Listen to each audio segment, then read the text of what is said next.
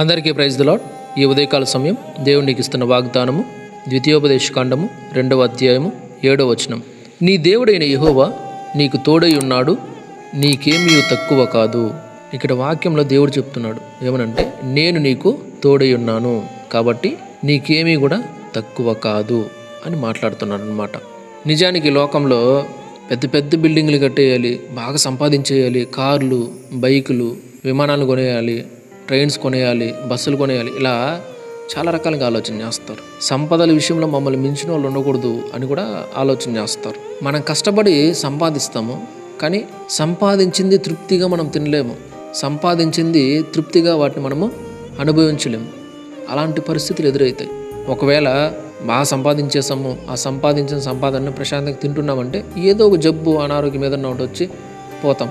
మొత్తానికి జీవితంలో సంతోషంగా ఉన్నాం అనుకుంటే అది ఉండదు. సరే, ఏదో సంపాదించేద్దామని ప్రయత్నిస్తే ఆ సంపాదించింది కూడా నిలవదు. అనారోగ్యాల వల్లనో లేకపోతే ఇంకా దేని వల్లనో ఎక్సెట్రా దేని వల్లనో పోతుంది.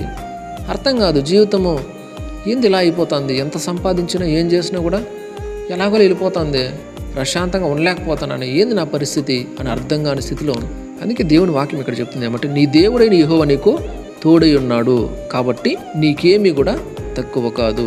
అంటే ఈ లోకంలో మనం అన్నీ సంపాదిస్తున్నాము, అన్నిటినీ తెచ్చి ఇంట్లో వేసుకుంటున్నాం, కానీ ఒక్క దేవుణ్ణి సంపాదించుకోలేకపోతున్నాము, ఒక్క దేవుణ్ణి పట్టుకోలేకపోతున్నాము. అది దరిద్రం అంటే. Praise the lord. చాలామంది ఎలా అంటే లోకం మొత్తం సంపాదిస్తారు కానీ దేవుణ్ణి విడిచిపెట్టేస్తారు. తెలివి లేని వాళ్ళు అలాంటి పనులు చేస్తారు. ఎందుకంటే డబ్బులు, ఆస్తులు, అంతస్తులు నువ్వు ఎన్ని సంపాదించినా ఏం చేసినా కూడా ఈ లోకంలో ఉన్నంత వరకే. నువ్వు ఇన్ కేసు నువ్వు బాగా సంపాదించేసావు, ఒక సెకండ్లో అప్పటికప్పుడు నువ్వు పోయావు అనుకో, నువ్వు సంపాదించిన ఆస్తులు, అంతస్తులు ఏమవుతాయి? నీతో పాటు రావు కదా, అవి నిన్ను బ్రతికించవు కదా. ఇన్ని రోజులు పాపము నువ్వు కష్టపడి మమ్మల్ని సంపాదించావు, మీతో పాటు మేము కూడా వస్తాము అని చెప్పి నీతో పాటు ఏమైనా వస్తాయి? అవి ఏవి రావు. Praise the lord. అందుకే కష్టపడి సంపాదిస్తాము, లోకంలో అన్నీ సమకూర్చుకుంటాం, కానీ ఒక దేవుని నిర్లక్ష్యం చేస్తాం. అందుకే ఇక్కడ దేవుని వాక్యం చెప్తుంది ఏమంటే, దేవుడు మనకు తోడుగా ఉంటే మనకి ఏమీ తక్కువ కాదంట. అంటే ఈ లోకంలో ఇంత కష్టపడి, ఇంత శ్రమపడి, నీళ్లు లేకుండా, తిండి లేకుండా, నిద్ర లేకుండా అంత కష్టపడి సంపాదించే బదులు వీటన్నిటిని పక్కన పెట్టి మనం దేవుణ్ణి సంపాదించుకుంటే, దేవుని చేయబట్టుకుంటే, మళ్ళీ ఈ లోకంలో మనం కష్టపడి శ్రమపడి వీటి గురించి మనం ఆలోచన చేయాల్సిన అవసరము లేదు, ఉండదు. Praise the lord. ఎందుకు అంటే దేవుని వాక్యమే స్పష్టంగా చెప్తుంది ఏమని, నీ దేవుడైన యెహోవా నీకు తోడై ఉన్నాడు కాబట్టి నీకేమీ తక్కువ కాదు. అంటే దేవుడు మనకు తోడుగా ఉంటే మనకేమీ తక్కువ ఉండదు, ఏ లోటు ఉండదు, ఏ లేమి ఉండదు, ఏ కుదువ ఉండదు. Praise the lord. ఆయన ఇస్తాడు, నీకెప్పుడు ఏం అవసరమో నీకు ఇస్తాడు, నీ అవసరత ఏముందో తీరుస్తాడు, నీకెప్పుడు ఏ సాయం కావాలో ఆయన సహాయం చేస్తాడు, నిన్ను ఎప్పుడు ఎలా నడిపించాలో ఆయన నడిపిస్తాడు, ఎప్పుడు ఏ త్రోవలో నువ్వు వెళ్ళాలో ఆయనే దారి చూపిస్తాడు.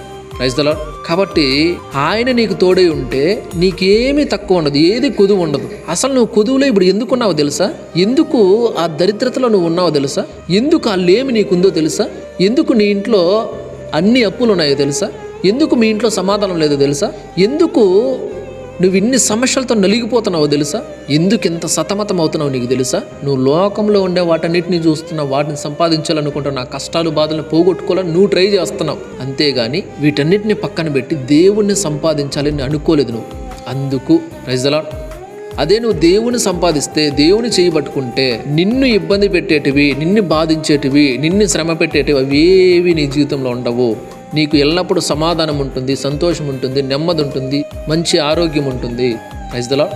ఆయనే చెప్పాడు కదా, నీ దేవుడైన యెహోవా నీకు తోడై ఉంటే నీకేమీ తక్కువ కాదు అని. కాబట్టి ఈ లోకంలో కష్టపడడం శ్రమ మంచిదే, కానీ ఆ కష్టపడేది, శ్రమపడేది దేవునికి సంబంధించిన దాంట్లో ఉండాలి, దేవుని కొరకై ఉండాలి. అప్పుడు నీకేమీ తక్కువ ఉండదు, నీకేమీ కొదువు ఉండదు. Praise the lord. ఈ లోకంలో ఇప్పుడు ఒకరి దగ్గర మనం పని చేస్తాము, మన కష్టానికి తగిన ప్రతిఫలం వాళ్ళు మనకి ఇస్తారు కదా, డెఫినెట్లీ ఇస్తారు. మనకు సంతృప్తి, పోన్లే నేను కష్టపడిన దానికి నాకు ప్రతిఫలం వచ్చింది అని సంతోషం, ఆనందం. మరి దేవుని కొరకు నువ్వు పనిచేస్తే, దేవుణ్ణి వెతికితే, ప్రభువా నేను మీ కొరకే బ్రతుకుతున్నాను, మీకు నచ్చినట్లు జీవించాలనుకుంటున్నాను, మీ నీతిని, రాజ్యాన్ని నెరవేర్చాలనుకుంటున్నాను, నా జీవితం మీకే అంకితం అంటే, అవునా, సరే మంచిది నాన్న, సరే వచ్చేసేయి, నా పనులు నువ్వు చెయ్యి, కానీ నీకు కావాల్సిన అవసరాలు నువ్వే తీర్చుకో, నువ్వే కష్టపడుకో, నువ్వే సంపాదించుకో, ఇది నాకు సంబంధం లేదు అంటాడా? అయ్యో, నన్ను నమ్మి వస్తున్నావా, నా పైన ఆధారపడుతున్నావా, నా కోసం బ్రతుకుతావా, నా నీతిని రాజ్యాన్ని వెతుకుతావా, నా కొరకు బ్రతకాలని ఆశపడుతున్నావా? సరే రానన్నాదా, వచ్చేసి, నువ్వు టెన్షన్ పడద్దు, నీకు అవసరమైనవి ఏవే ఉన్నాయి ముందుగా నేను ఆల్రెడీ సిద్ధం చేసి పెట్టినాను, రా అని పిలుస్తాడు ఆయన. Praise the lord. కాబట్టి నువ్వు దేవుణ్ణి వెతికితే దేవునికి తోడై ఉండేలా నువ్వు దేవుణ్ణి వెతికినట్లయితే ఖచ్చితంగా నీకు ఏ కొదువ ఉండదు. Praise the lord. కాబట్టి ఈ ఉదయకాల సమయంలో ఎంతమంది లేమిలో ఉన్నారు, కొదువులో ఉన్నారు, లేని స్థితిలో ఉన్నారు, దరిద్రతలో ఉంటున్నారో, నాకు అది తక్కువైంది, నాకు ఇది తక్కువైంది, నాకు అది లేదు, నాకు ఇది లేదు, అదట్లా ఇదట్లా అని బాధపడుతున్నారో మీ అందరికీ ఒక గుడ్ న్యూస్. మీరు అన్నింటినీ పక్కన పెట్టేసి అన్ని విడిచిపెట్టి దేవుణ్ణి వెతకండి, దేవుణ్ణి పట్టుకోండి, మీకు లేమి ఉండదు, ఏ కొదువ ఉండదు, ఆయన సమృద్ధినిస్తాడు. Praise the lord. కాబట్టి ఉదయకాల సమయంలో ఈ మాటలు విన్న ప్రతి ఒక్కరు కూడా ఆలోచించండి. ఇక నుంచి లోకాన్ని పక్కన పెట్టండి, దేవుణ్ణి వెతకండి, ఆ పనిలో ఉండండి. మీ జీవితాల్లో అద్భుత కార్యాలు, ఆశ్చర్యకార్యాలు మీరు చూస్తారు. Praise the lord. కాబట్టి ప్రతి ఒక్కరు కూడా రండి, ఉదయకాల సమయంలో తలలో ఉంచండి, ప్రార్థన చేసుకుందాం. మహాపరిశుద్ధుడా, ప్రేమ నమ్మకం గల మా తండ్రి, మీకు వందనాలు, స్తోత్రాలు, కృతజ్ఞతలు చెల్లిస్తున్నాను తండ్రి. దేవా, ఈ ఉదయకాల సమయంలో మరొకసారి ఈ వాక్యం ద్వారా నాతో మాతో మీరు మాట్లాడినందుకు స్తోత్రాలు, వందనాలు చెల్లిస్తున్నాము తండ్రి. దేవా, మీరు మాకు తోడై ఉంటే అయినా యేసయ్య మాకు లేమీ ఉండదు, ఏ కొదువ ఉండదు, ఏది తక్కువగా తండ్రి. అందుని బట్టి కృతజ్ఞతలు చెల్లిస్తున్నాం. ఈ మాటలను బట్టి మేము ఎంతగానో బలపరచబడ్డామయ్యా, అందుని బట్టి కృతజ్ఞతలు చెల్లిస్తున్నాం.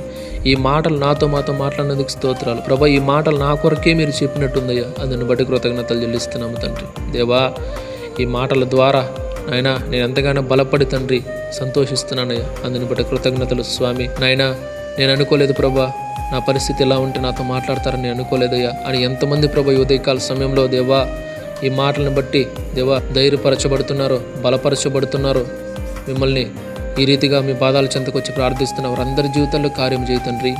నాయన ఇంతవరకు కూడా నాయన ప్రభా ఈ లోకంలో వెతికి, ఈ లోకాన్ని వెతికి, ఈ లోకంలో ఏదో సంపాదించాలి, ఏదో చేశానని ప్రయత్నం చేసి ఇప్పుడు ఈ మాటలు విన్న తర్వాత వారి ఆలోచనలు మార్చుకొని ఇక నుంచి నేను ఈ లోకం కొరకు ప్రయాసపడను, ఈ లోకంలో నేను ఏది వెతకను, ఏది చేయను, నాకు దేవుడు ఏమి ఇచ్చినా ఇవ్వకపోయినా పర్వాలేదు కానీ నాకు దేవుడే కావాలి అని ఎంతమంది మీ వద్దకు వస్తున్నారు తండ్రి. వారందరూ నాయన ప్రభా సమృద్ధిని పొందుకున్నట్లుగా వారి జీవితాల్లో కార్యం చేయండి తండ్రి.